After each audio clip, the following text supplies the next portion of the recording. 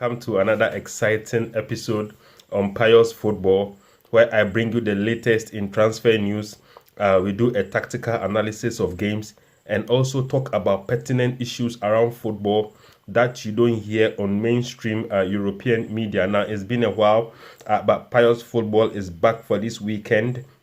We have very packed stories, as you know, a lot of transfer stories and big renewals coming through for certain clubs and players. So let's just go right in and start my first story at the camp of West Ham and Lucas Paqueta.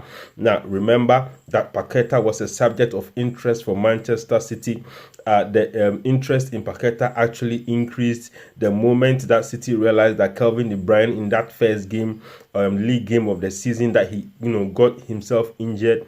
He will be out for somewhere around 4 months. So City sort of intensified their efforts to sign Lucas Paqueta. Now they sort of decided to increase their bid of £70 million that was initially turned down by West Ham to somewhere around £80 million.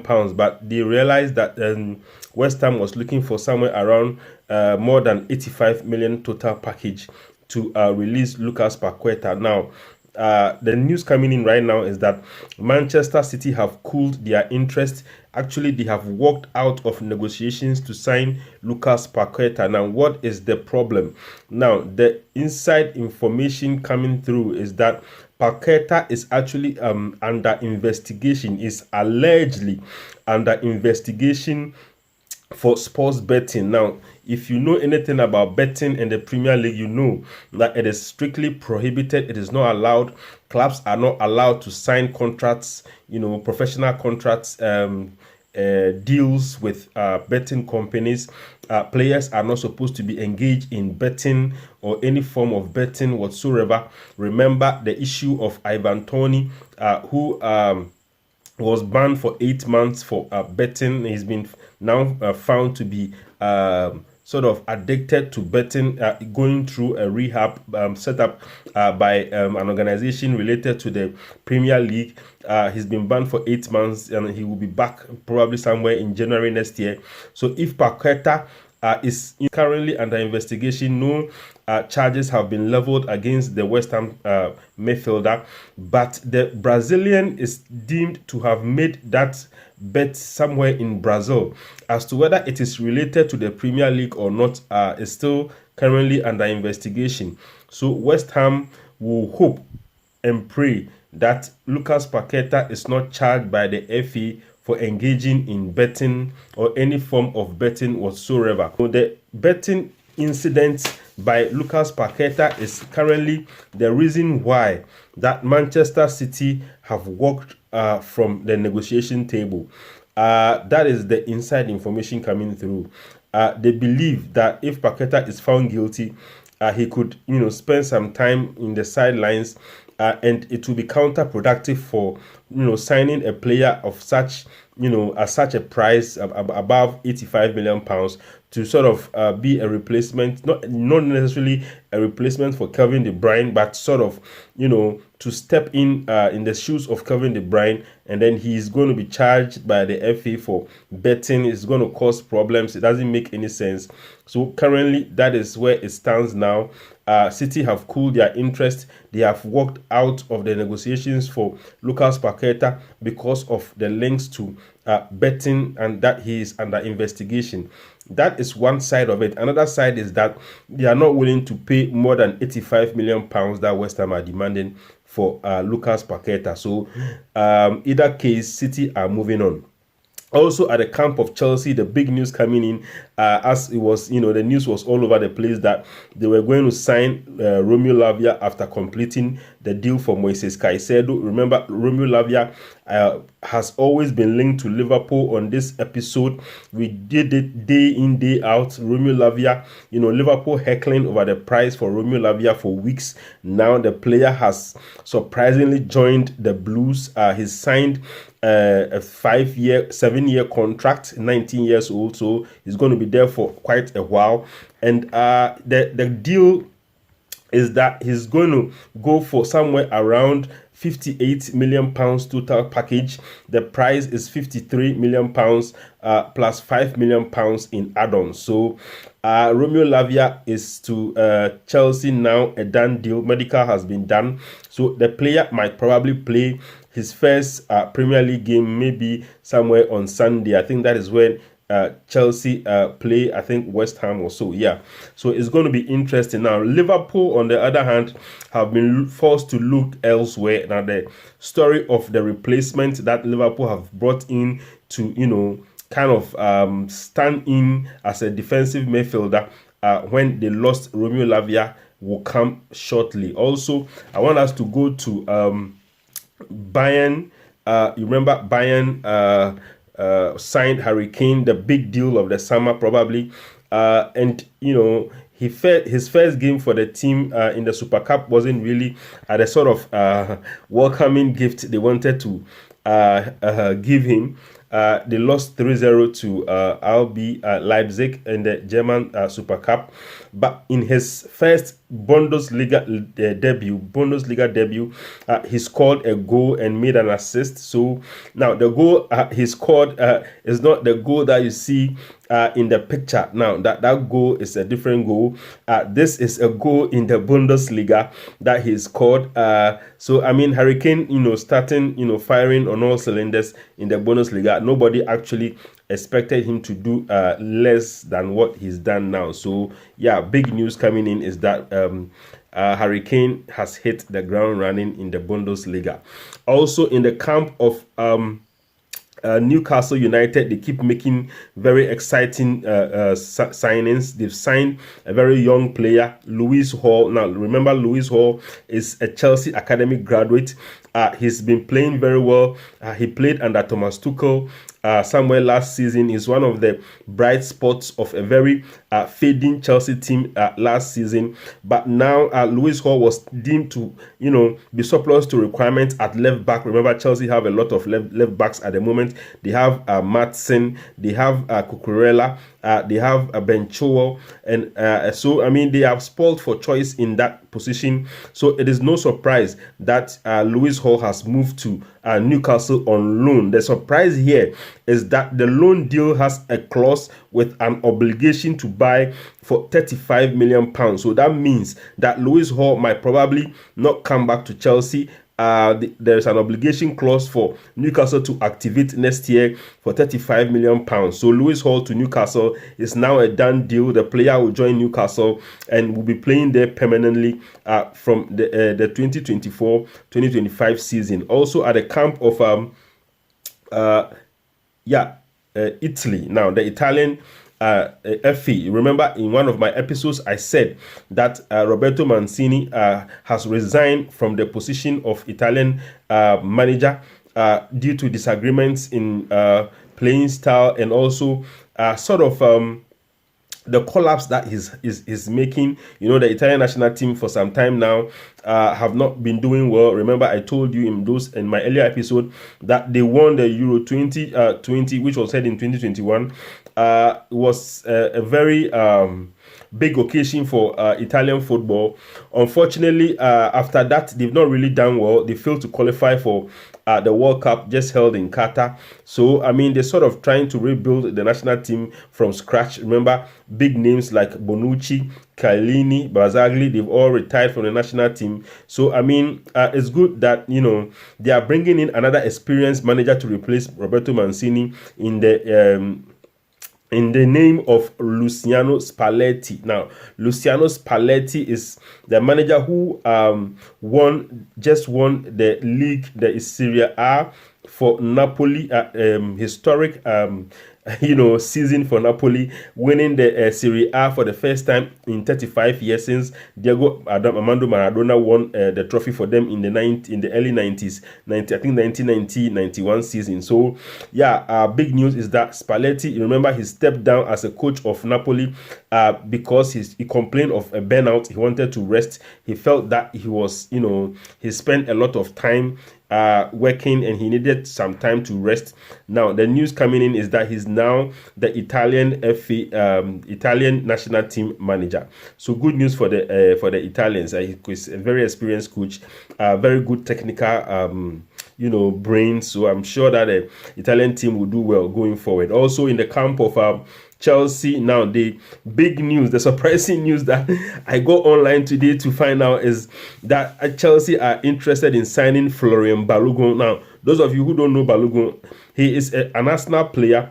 Went to, I think he was at Reims last season in the French league. Did very well, scored I think about 21 goals in the French league. And he's a subject of interest from several clubs. Chief of them is the two Milan clubs, Inter Milan and AC Milan, but both are struggling to pay the asking price of from Arsenal. Arsenal are demanding somewhere around 60 million pounds. I think they are willing to lower the price to somewhere around 50 million pounds, but it's still too steep a price for the Italian clubs. Now the news coming in is that Chelsea are interested in signing Florian Balogun. Very surprising news, coming in through there. The information I'm gathering is that, Monaco is also another club that is very serious about Balogun, and they have had a bid already turned down from Chelsea for Balogun, and they are preparing a second bid for him. So, right now, the interest from Chelsea is very real, except that they are kind of testing the waters through intermediaries to find out if Arsenal will be receptive to letting that player go to their rival club in London. So interesting things coming through in the transfer market. You never know, as the transfer market gets closer to 1st September, which is the deadline day. A lot of crazy rumors and crazy news, crazy transfers are going to happen. So let's see what happens to Florian Balogun to Chelsea rumor. Also in the camp of Inter Milan, there is a bid going in for Benjamin Pavard, another surprising transfer there. I thought that Pavard was on his way to Manchester United when the Harry Maguire move was nearing completion to West Ham. Everyone thought that Pavard would replace Maguire. Now Maguire didn't leave. He stayed. That deal with West Ham has collapsed, and now Benjamin Pavard, has been left in limbo by Manchester United, because United cannot, bring in Pavard if a central defender doesn't leave. So currently, Inter Milan have submitted a 25 million euro bid for Benjamin Pavard. Now, Bayern Munich always wanted 30 million euros plus add-ons. So, as things stand, the two clubs are still in negotiations.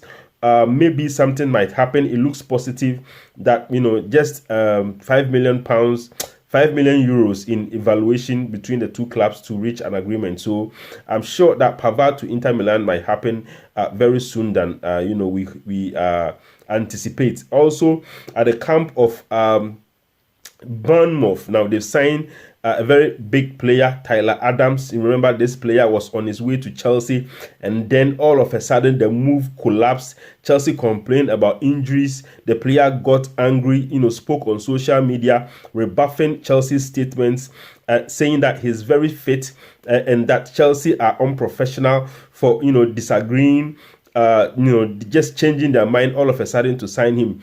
The information I got at the time was that Chelsea, were sort of surprised by that move that Liverpool pulled on Moises Caicedo, submitting somewhere around 110 million pounds for Caicedo. So Chelsea had to put all their resources, financial resources, into the move for Caicedo to try and outbid Liverpool and get the player, they get their man.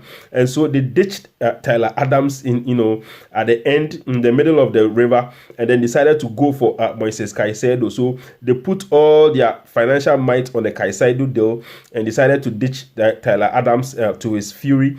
And now the big news is that finally he's signed for Bournemouth. I think the price for Tyler Adams there will have somewhere around 20 million pounds. That was in his clause in his contract, that if Leeds United go on relegation, that he's going to go for 20 million pounds to any club that pays that clause. So, Tyler Adams to Bournemouth is a done deal. He signed a 5-year deal, so big move there for the Bournemouth club. Also at the camp of Chelsea now. Remember that they've brought in Robert Sanchez, the goalkeeper from Brighton and Hove Albion, and also they have let Kepa move to Real Madrid. Why? Because Courtois got injured. You remember that injury, that torn ACL that is going to keep him out of the season for the rest of the season. So they had to bring in a replacement. There were rumors about the Gia, but they decided to settle on Kepa. It's a loan move now. That deal means that Chelsea need to get in a replacement number 2, and that is a new England Revolution MLS club. Now, the name of the player is Petkovic, a Croatian playing for the New England Revolution in the US. The transfer is started to cost somewhere around 15 million pounds. So Chelsea, signing a goalkeeper from the US, quite a bit unusual, but especially with the price tag, means that he must be very good. So let's see how that move will materialize. Also at the camp of Aston Villa, ambitious Aston Villa, so bought some very big names, brought in Pau Torres, brought in Musa Diaby and a host of other players, but their first league game of the season didn't go too well. They lost 5-1 to Newcastle United, totally trashed by the Tyneside club. So now they are trying to beef up their squad. Remember that Emiliano Buendia, the Argentine maestro for the Aston Villa team, got injured. He will be out for much of the season. So they have brought in Nicolo Zaniolo from Galatasaray. He's signed for somewhere around 30 million euros. So I mean, it's good replacement for Buendia, and I'm sure that Aston Villa will pick up some very will pick up from where they left off last season, and try and forget the 5-1 drumming that they received in the first game of the season. So good news in there for Aston Villa, and probably for Zaniolo coming into the Premier League at this point in his career. Also at the camp of Turkish football, also at Galatasaray, they have signed Hakim Ziyech. Finally, the Moroccan who was maligned at Chelsea has finally left to the Turkish football to join Galatasaray. So remember, Galatasaray will play in the Champions League. So I think it's a good move for Hakim Ziyech. The price of Hakim Ziyech, I think, is still undisclosed. So I mean, I'll bring you news about it as it becomes clearer. Also at the camp of Manchester United, now this news is kind of a bit on the low. A very dull news coming in is that United have given John Evans 1-year contract. You remember that he signed a 1-month contract before we went on preseason with him. He's been there training with the kids, the under-21s, before we went on preseason.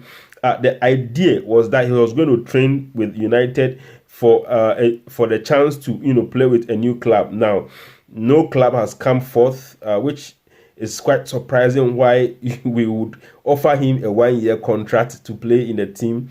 The understanding is that John Evans might actually be playing for the under-21 team in Premier League 2, which we've not been doing well. So I think that the experience of John Evans can count a lot. So maybe we are sending him to play in the under-21 League 2 Premier League 2 tournament, and not necessarily to play him in the first team. But to me, I don't think that this is a move we should be making. But like I said, Manchester United is like a family. So players that you think are not really good enough are entertained by the club because they've been there for a long time. Case in point, Phil Jones. And now we are trying to be we are sort of a bit emotional with our players. And so we tend to give them the leeway than most clubs would do for their players. So, yeah, John Evans has been given a 1-year contract at Manchester United. Ten Hag spoke in the press conference, pre-game press conference, and said that he's happy with John Evans, that he wanted him to stay. So let's see what he can do for the team. I don't expect much from him. 35 years old. He's very slow. Although he's very good at passing, he's not that good. I don't know how good he will be when he is pressed very high. So I hope that we don't have to, turn to him in a Premier League game or in any game in the Champions League. Also, at the camp of Liverpool, remember I said after losing Romeo Lavia and making that crazy bid for Caicedo, now they are back into get a replacement. I said Liverpool need to get in a replacement as fast as possible because that midfield doesn't look balanced and it's putting a lot of pressure on the defense and exposing them, making the defenders look like they are not good enough, which is not true. So now the good news is that they've tried to bring in a defensive midfielder in the name of I think Wataru. Okay, Wataru Endo. Now, those of you who watch the Bundesliga might know him. To me, honestly, I don't know Endo. I don't watch a lot of Bundesliga games, but the news I'm getting is that he's quite good. As to whether he is the player that Liverpool need in that all-important central defensive midfield role, I don't know. So I mean, the future would tell if Klopp has made another brilliant, low-key signing, 17 million pounds from Stuttgart, or he's going to be another, what is the name of this player who came in from Leipzig? RB Leipzig in the German Bundesliga for 50 million pounds. I think that's the Guinean midfielder. I think I've forgotten his name.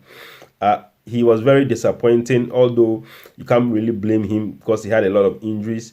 But I mean, Wataru Endo coming in, let's see what he's going to be able to do. Klopp thinks he's smart, very tactically intelligent, and very pacey. So I mean, he's able to read games. So let's see what will happen to that deal. Like the player is keen. Obviously, the medical has already been done. And so let's see how that deal goes. Also at the camp of Napoli, I've been saying this, that they've been interested in Gabriel Viega from Celta Vigo. He's a Spanish-born international, very talented player. I'm quite surprised he's gone to Napoli because there were a lot of top clubs trying to sign him. He had a 40 million euro release clause in his contract, but now it is Napoli that have finally signed the player for 36 million euros. Medicals will be done today. So I mean, right now the player is en route to Italy. They are expecting him to do his medicals today, and then probably a contract will be signed and officially will be announced on Monday, definitely. So Gabriel Viega, the sought after midfielder that teams never really bid for, has joined Napoli.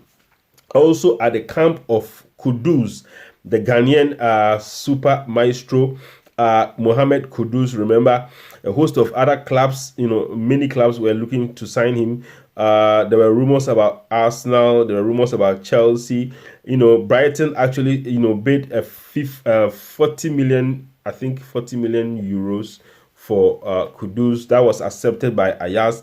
Unfortunately, they were not able to convince Kudus. Personal terms hit a sort of a crack because they believe that when I say they believe, I'm talking about Kudus camp. The Kudus camp believe that Brighton are a bit too stubborn when it comes to selling players.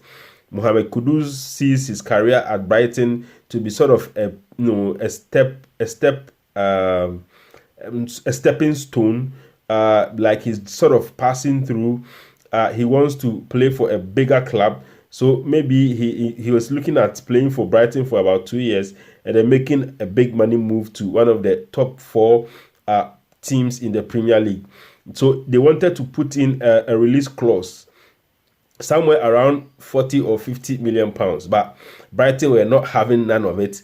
They didn't want any release clause to be put in that contract. Remember that Liverpool player they signed, the player that Liverpool signed from Brighton, McAllister, had 35 million euros release clause. So it was pretty easy for Liverpool to sign the player because all they had to do was activate that release clause. Now, for Moises Caicedo, there was no release clause in his contract.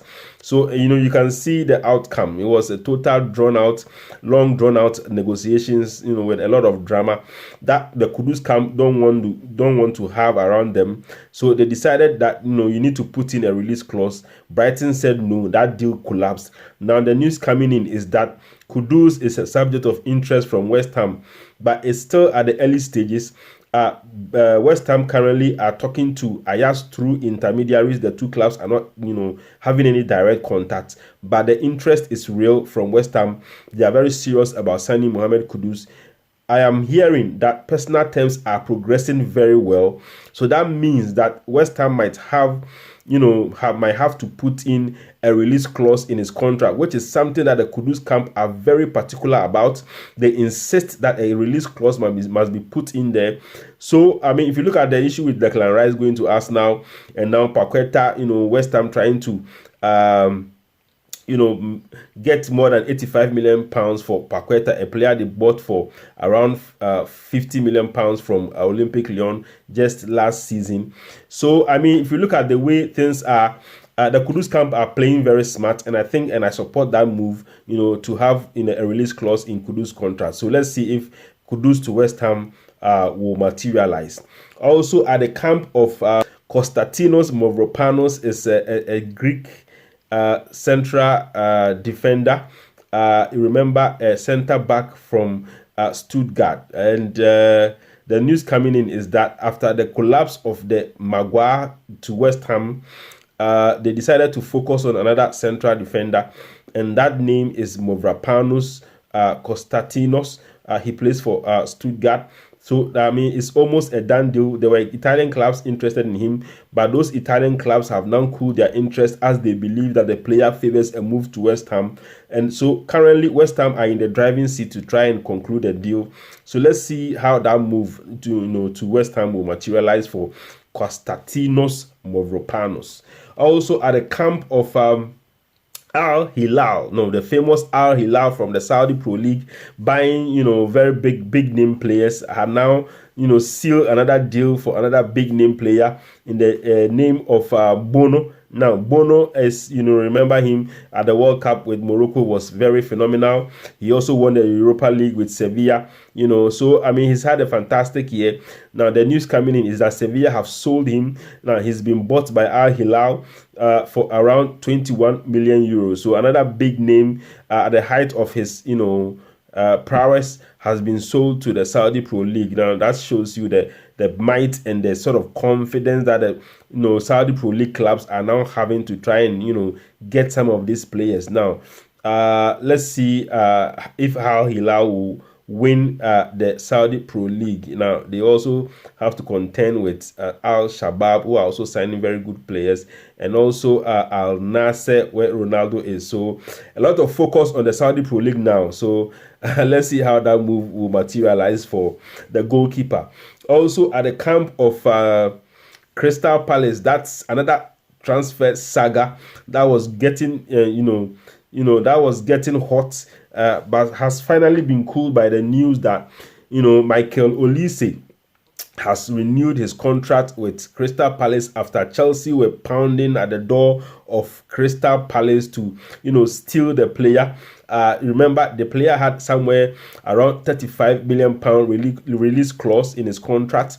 But the problem is that, Crystal Palace felt that the approach or the way that Chelsea approached the deal was unprofessional, that they felt that Chelsea were illegally tapping up the player. Now, what that means is that officially, if you want to sign a player, you can actually contact the player's agent and find out if there is a chance that the player might move. Now, if the agent says yes, the first thing you have to do is that you contact the club and inform them of your intention to sign the player. Now, if the club want to sell the player, or even if they don't want to sell the player, they will at least give you the go-ahead to talk to the player, right?